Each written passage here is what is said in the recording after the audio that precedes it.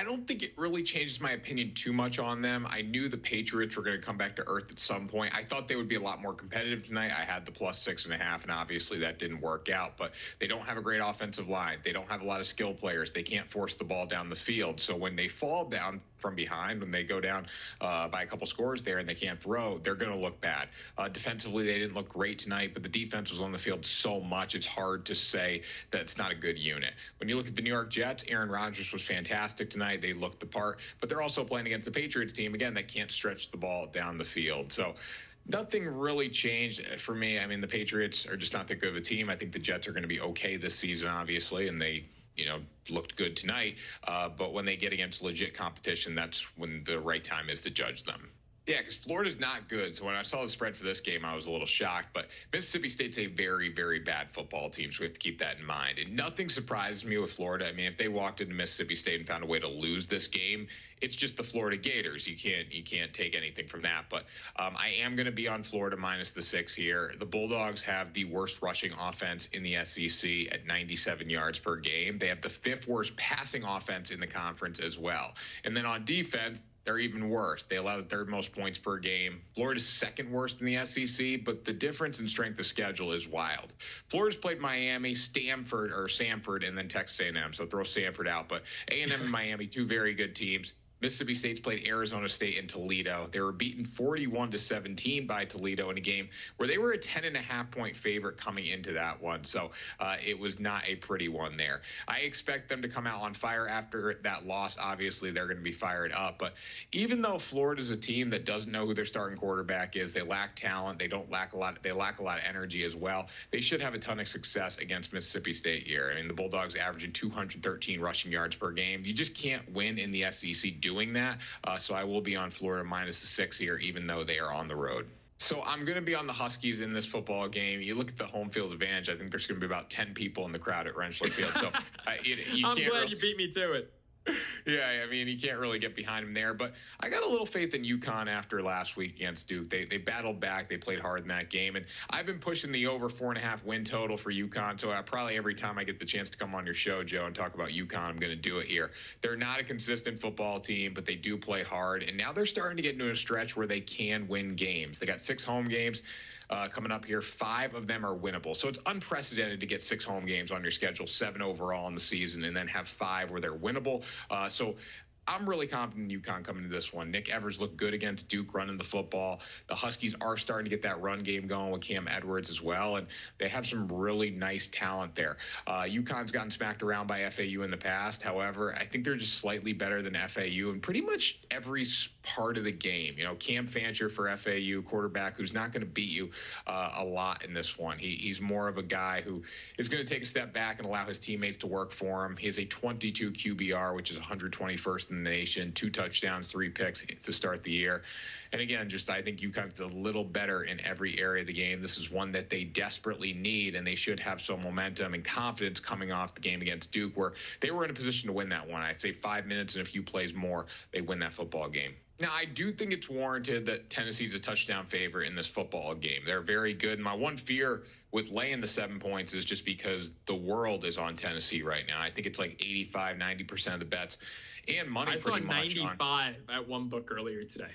Yeah, Fanatics, DraftKings, FanDuel, you name it. I saw a tweet from Ben Fox today basically saying that everybody is on Tennessee here. But looking at that, I mean, Tennessee's a good football team. They've beaten UT Chat, NC State, and Kent State into the ground. I mean, those teams aren't necessarily the best in the world. NC State was ranked at the time, but they won 161-13 in those 3 games. Good teams put bad teams away early, and Tennessee has done that consistently.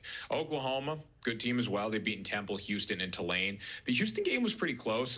Same thing with Tulane. That there were moments in that game, both games, where it was tight. And I don't necessarily trust Jackson Arnold to protect the football. Interceptions have been a problem for him. They've been costly, and he does take a lot of sacks. Now, he is an elite playmaker, but the elite placemaker style also translates to a lot of mistakes. They do have a good running back in Taylor Tatum, but Tennessee only allows 55 rushing yards per game. And then looking at the Volunteers on offense, I'm not even going to try to say the last name because I can't do it, but Nico Yamalivia. Come on. Say it with terrible. Me. Iamaialava.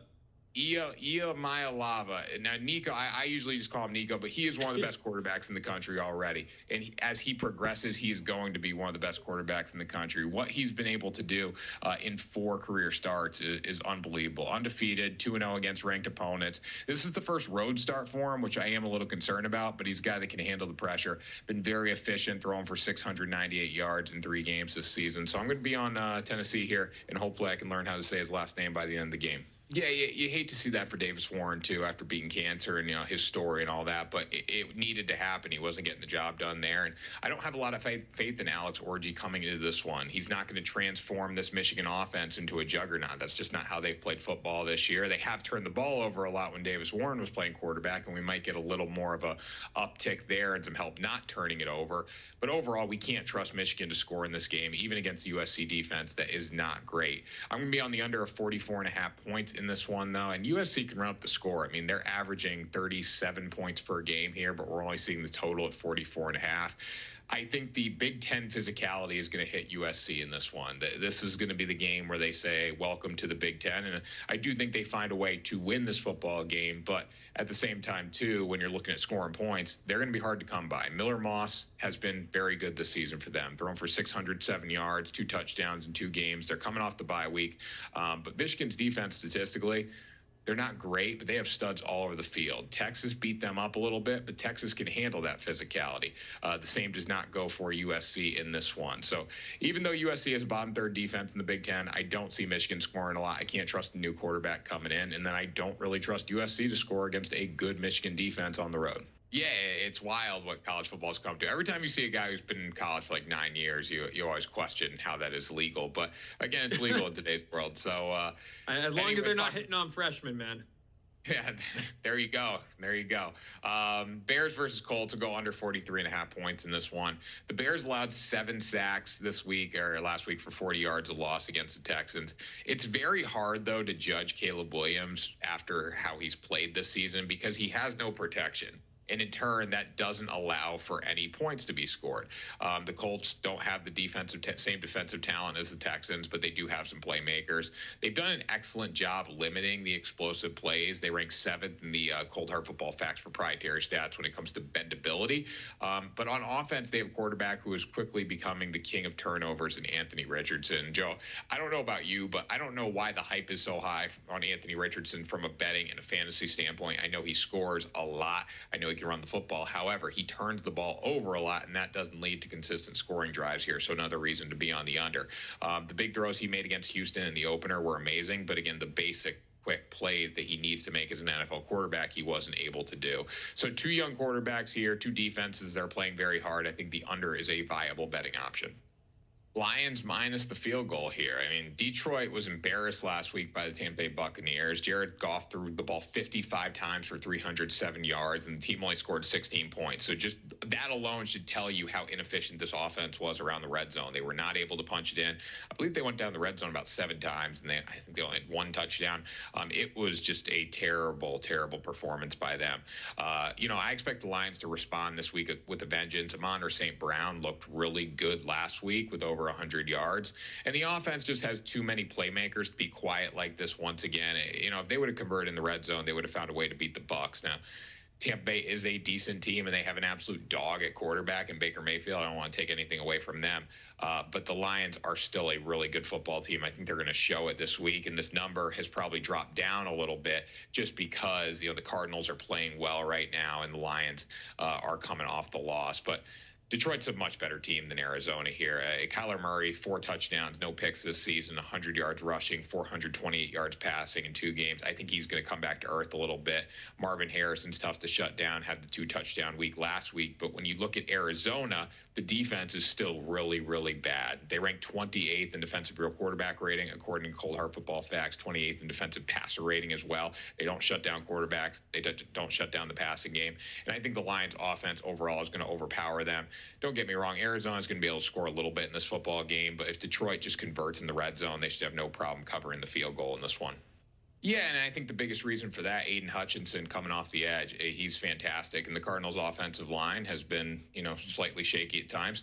So I think there's going to be opportunities for them to pressure Kyler Murray, and that's key for him. If you can get to him and trap him in the pocket and make him throw from inside the pocket, the pick is going to come. Teams have not been successful doing that this season, but if anyone can do it, it's Aiden Hutchinson, the Lions, especially after the monster game he had last week. Now, he was going against the guy who was probably not worthy of being a starter in the NFL, but still, all the sacks he had, it was very impressive. You're the LA guy, Joe, but it seems like it's always a home game for the team coming in there. And the Rams do not get a lot of people in the crowd. This week is not the time to get a lot of people just because they're so beat up. The 49ers did have a burn the tape kind of game last week. They looked terrible against the Minnesota Vikings. Just wasn't their day. And they're still favored to win the NFC for a reason. They're the best team in it. They don't have Christian McCaffrey. Deebo Samuel is still doubtful to play in this football game, but they have more playmakers than LA. The offensive line is beat up for the Rams right now. Cooper Kupp is doubtful. Puka Nacua is on the IR.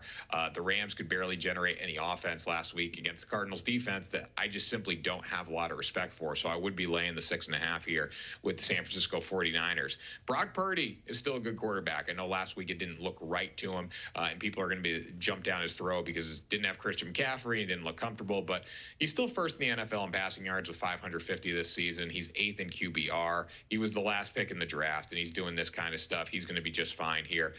He's a reliable signal caller with weapons. Now, the Rams, the one way they do stay in this game if they're able to run the football with Kyron Williams, but the lack of offensive linemen right now, their health, it just doesn't make me excited about taking plus 6.5 here against the 49ers offense that's probably angry about how things went last week. So I would go with San Francisco here. They're 5th in defensive rusher rating. They're going to shut down the run. Matt Stafford's not going to have a lot of time to throw the ball.